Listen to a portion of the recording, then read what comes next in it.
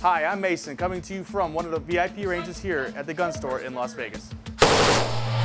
And you're watching Fired Up with Bob Irwin.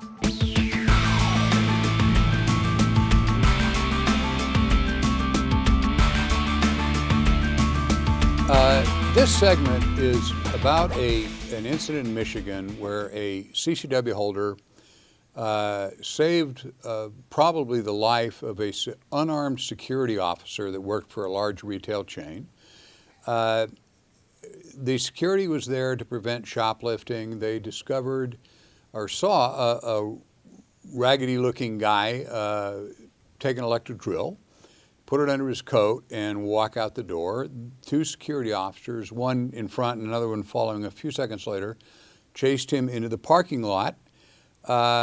Fortunately for the security officer, there was a concealed weapon holder there. I've always personally considered unarmed security to be hall monitors with nice-looking uniforms. In this case, a CCW holder was actually able, very likely, to save lives. And the security officers actually did their jobs very well. They noticed this individual. He looked out of place. Like you said, kind of early homeless look, bedraggled, not all there. And they kind of followed him around. Who knows if he noticed he was being followed, but he grabbed that drill and he ran outside, and they followed him into the parking lot, ordering him to stop the entire time.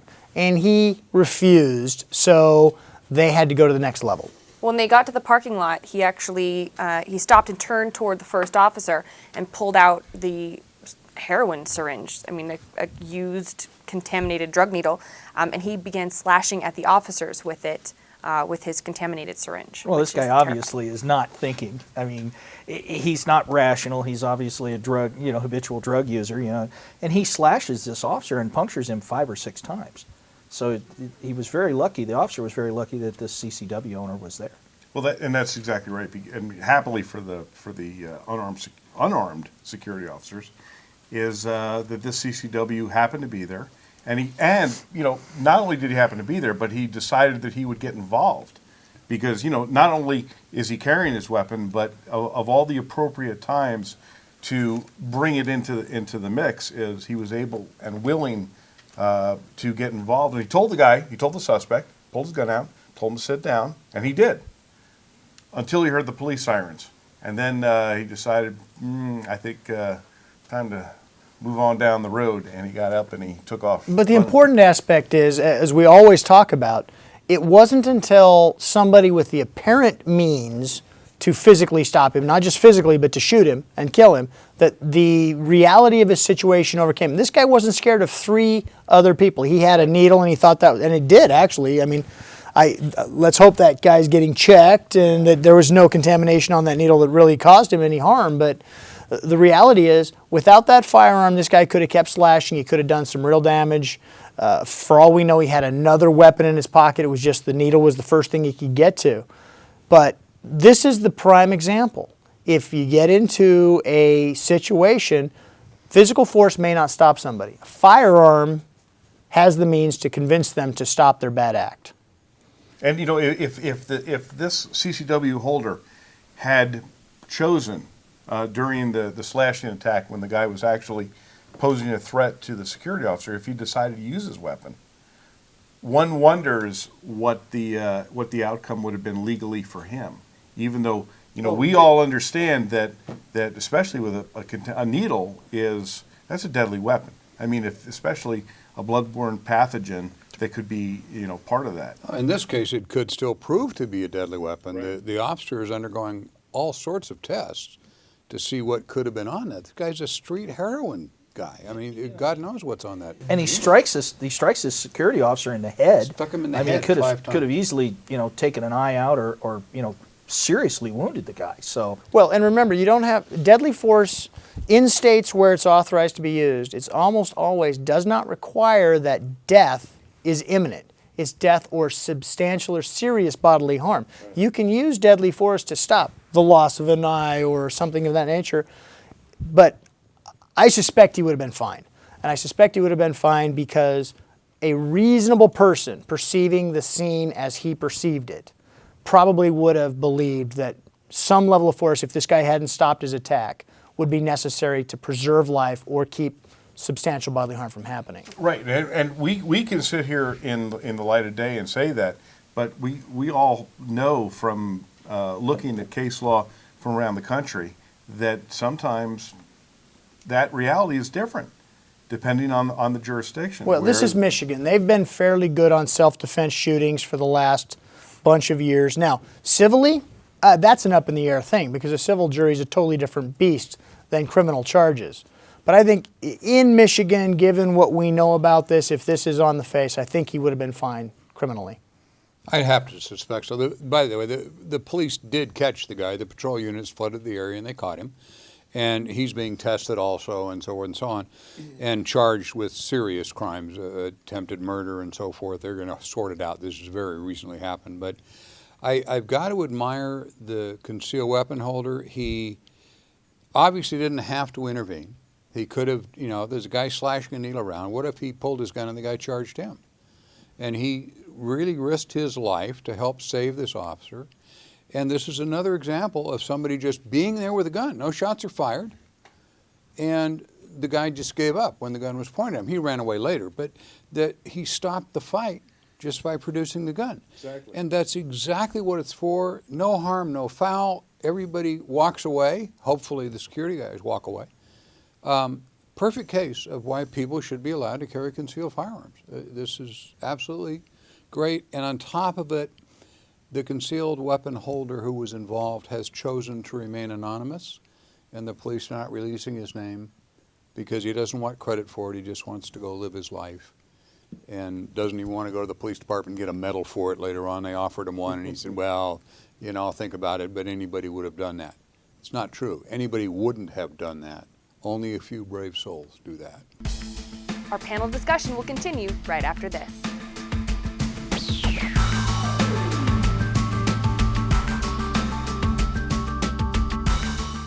Hi, it's Emily, and I'm coming to you from the Shotgun Wedding Chapel here at the Gun Store in Las Vegas, where you can book your shotgun wedding ceremony, vow renewal, or commitment ceremony. You're watching Fired Up with Bob Irwin.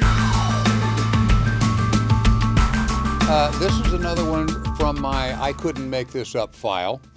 A stand your ground defense has been brought up by the defense in a case in Florida where the defendant actually shot a uniformed deputy sheriff in the leg.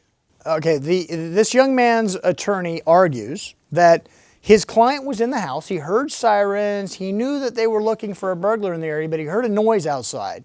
So he took his firearm and went out through the garage, and as he walked outside, he saw a movement and a person jumped out from behind a bush. In fear of his safety and on his own property, he shot at that individual in order to stand his ground and protect himself. Let me be a prosecutor for just a second, okay? You've got the guy in the bushes who announces that he's a police officer, a sheriff's deputy, and he told the resident to come out, show me your hands, and the guy then shoots the police officer and then runs in the house. Yes? Okay, well, I mean, what kind of defense attorney are you? Look, he feared for his life, right? Do you think he doesn't have a right to stand his ground just because it's a police officer and maybe he's hiding a criminal from the police? Oh, look, they found the burglar when they went in the house and they looked in the closet. Okay. He had the stolen property and the gun. Clearly, this is a good example of how there's always more to a story. But watching you two argue, this has been very entertaining for me. But as is the policy, the court had a hearing to determine if the stand your ground right basically applied in this case, and the judge said no. The resident and his roommate, we will we'll see them on trial for sure. Well, and the thing that gave rise to this thing to begin with was that the burglary, the crime that it was originally, this started this thing, was stealing marijuana and a firearm, and both of which they found when they went into this guy's house after he shot the deputy. And I can't imagine the number of charges that they're facing now as opposed to what. Okay, leaving aside these two brain surgeons, And the way they did this, can you imagine the original 911 call? Hey, dude, somebody stole my weed stash and they took my gun too, man. How did the cops get there in the first place? Well, so the cops show up at where they think the guy thinks the burglar went, which it turned out it was. Right. But they weren't buddies or anything, were they? they were roommates. So the guy's standing in his own house on his own lawn when this evil deputy sheriff shows up. So he shoots the deputy sheriff to protect himself and his house and his friend, his roommate, who's hiding in the house with the marijuana and the stolen gun. In a closet. Let me So simply. isn't that standing his ground? Let me just say, I love your argument, Bob, but I am so happy to be the prosecutor in this case. Now, in reading through this, originally when I read it, obviously we're being somewhat facetious here, because the Florida law is also clearly written that says you cannot use stand your ground or deadly force against police officers. So the first question I went and looked through it was this a plainclothes officer that this individual could have mistaken for another drug individual coming to try and steal the stuff back? And no, it turned out, I think he was in uniform. I think he clearly identified himself, probably multiple times. This is just a really good example of there is a right time and a place to use deadly force to defend yourself, and in the furtherance of a crime is not among them. We always talk about the 3 rules of self-defense, and the first one is that you can't be the primary aggressor. The second one is you can't be committing a crime at the time. So I think he violated both. This is obviously a facetious case we're dealing with. When I found this, I just thought it was so hysterical to look at this guy who is shooting at a cop when his partner, the burglar, is hiding in the house, and he says, "I was standing my ground because my life was in danger." You're just looking at in all reality, that moron probably didn't decide his defense. It was probably his moronic lawyer. May I say something though about before you label everybody? He was in the bushes. Yes. Okay. Okay. I mean, just on the You're the other side of that. If this had been like the neighbor's house and the neighbors, this been a totally different case. But he knew what the cops were coming for. Well, and I suspect now that the stand your ground defense has gone out the window, they're probably going to use an impairment or a diminished capacity type defense or an intoxication defense, because my reading of the case is not only had they stolen some marijuana, but they may have ingested some of it just before this. I know that shocks you, Randy. Shocked. I am shocked. But, they've been drinking and smoking marijuana. This is just one of those textbook cases you put up on the wall and say, don't do this. Everything done here was wrong. It may well have been by prescription. We've hit our time limit here. We'll be back in just a few. Hang on.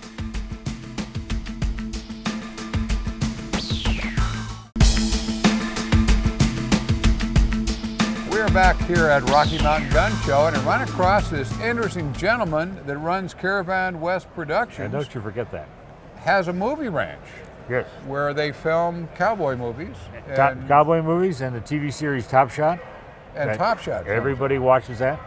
Yes, Wow. we're in LA County, and we have a small ranch of 2,400 acres. And being in LA is 2,400 acres in LA County. One of the guys from Top Shot last year was from Texas. And he said to me, he says, "How big is the ranch here?" And I said, 2,400 acres. And he goes, "No, I got a ranch in Texas. I get in my pickup truck in the morning. Takes me all day to drive around there." And I said, "Really? I had a truck like that once." They film Top Shot. You do. You guys have produced some movies and worked on movies there? We've produced movies. Joe, he was over here before. We produced a movie a couple of years ago. I have the only company that has devoted all of its time to making westerns. So we do costumes, props, guns, horses, cows, location. We do I'm the only one that does that. There are other companies that do pieces of it, Right. but we do all of it. And then I'm an actor and stunt coordinator, so I'll do all of those things. I'm the Walmart of westerns. I will give them a lost leader. The Walmart of westerns. Well, that's amazing. One of the things is there are $200 million movies and there are $1 million movies. And the $1 million movies can't afford all of the different companies. So I put this company together so I can give them 5 jobs and I'll charge them for 2 and I'll give them 3 for free. They can afford it. Right. Just to, I was interviewed for the radio a couple of weeks ago and they asked me, well, how do you do this? And I said, okay, this is the way in widgets. Say they have $2,000 for a budget. This is just a number. Right. Now, they have 5 jobs to complete. So they go, we need 5 guys that are knowledgeable and experts. On a scale from 1 to 10, an expert's a 9. So say they get $900. Well, you need 5 experts, $4,500. They're $2,500 over budget. Right. They can't afford it. So then they go to the regular people. Now the regular people are maybe a number 5, but they need 5 guys. That's $2,500. They're still over budget. They come to me, I'm at 8. And I say, I'll give you pay me for 2 jobs, I'll give you 3 extras for free. I'm making $1,600, more than the extras. Right. They're getting 5 jobs, and they're saving $400 in their budget. And a movie comes out the other end. And a movie comes out as we did Tombstone. We did all the guns, the horses, the saddles. We built most of the costumes. I played Texas Jack in the movie. Wow. And I hired all of the Red Sash gang. All the guys that were part of the gang, because they come in with their own horses, their own costumes. I've got 4 movies coming up between now and throughout January, that we're doing. 3 of them are westerns, and 1 of them is a horror movie. But filming at the ranch. Some of them are filming at the ranch. 1 of them is filming in Tucson, Arizona. What do? I ride a horse and shoot a gun. Where's the work in that? And they pay you for that. And they pay me for it, because this is what we love to do. So we bring people out, we teach them how to ride, we teach them how to shoot. I teach them with live ammunition, with blank ammunition. You know, how many times do you watch the movie and a guy is shooting a gun and there's no recoil?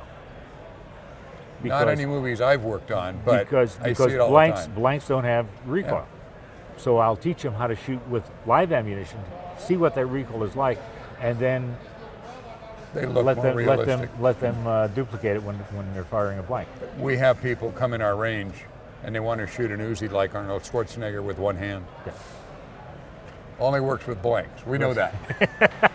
Thanks very much for having us over. My pleasure, Bob. Take care. Did you miss the show this week? Don't worry. Check us out on our YouTube channel, Fired Up with Bob Irwin.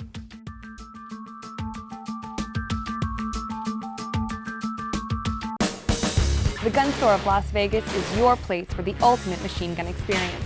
With 25 years in the business, 30 individual lanes, and a deep arsenal, we offer you a truly unique thrill that can only come from shooting a high-powered firearm. We offer VIP and corporate packages, bachelor and bachelorette group rates, and the best selection of firearms in town.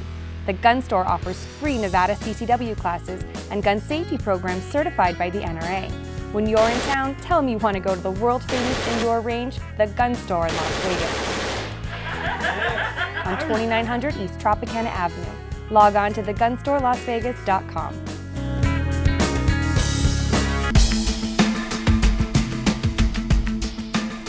Hi, I'm Greg, and welcome to the Gun Store in Las Vegas. Here at the Gun Store, we're here to help you, where we have a huge selection of firearms.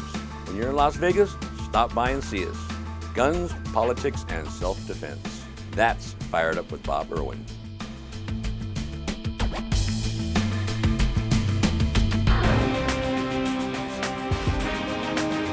Thanks for watching Fired Up with Bob.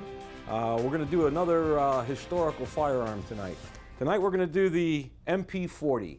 This was the German World War II submachine gun that was widely issued by many of their troops. This was commonly misnamed as the Schmeisser.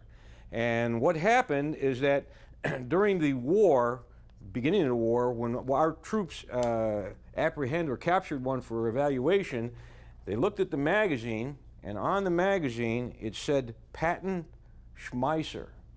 Right? Nowhere on the gun does it say that. In fact, there was a code, a 3-letter code that Germany used during the war to denote the different manufacturers, and this one is AYF, which means it was made by Irma. And this gun was actually designed by a guy named Heinrich Vollmer. So it had nothing to do with the Schmeisser, with Hugo Schmeisser, but he held the patent on the magazine. So when they captured the magazine, they saw Patent Schmeisser on it, they assumed that the gun was a Schmeisser. So it's on all the war movies you see, you know, Schmeiser. It's not. All right, MP40 was a very reliable gun. It was a very innovative gun. It was one of the first guns to use plastic and sheet metal. It was a 9mm caliber, and it fired about 450, 550 rounds a minute. It had a folding stock that could be used for paratroopers or tankers, and you've seen them in all the war movies. A very, very pleasant shooting gun. It's one of my favorites. It doesn't have a selector on it, so it fires in full auto mode only. It is very controllable, however, and you can get short bursts off or even single shots. And we're going to shoot it.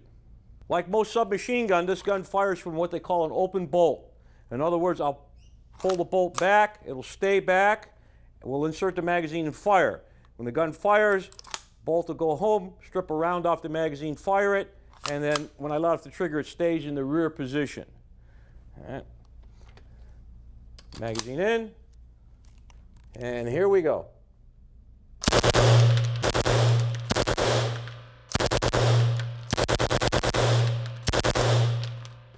Bolt is forward, we'll pull the bolt back, take the magazine out, and we're done. Thanks for watching Fired Up with Bob Irwin, coming to you from the gun store in Las Vegas. We'll see you next week.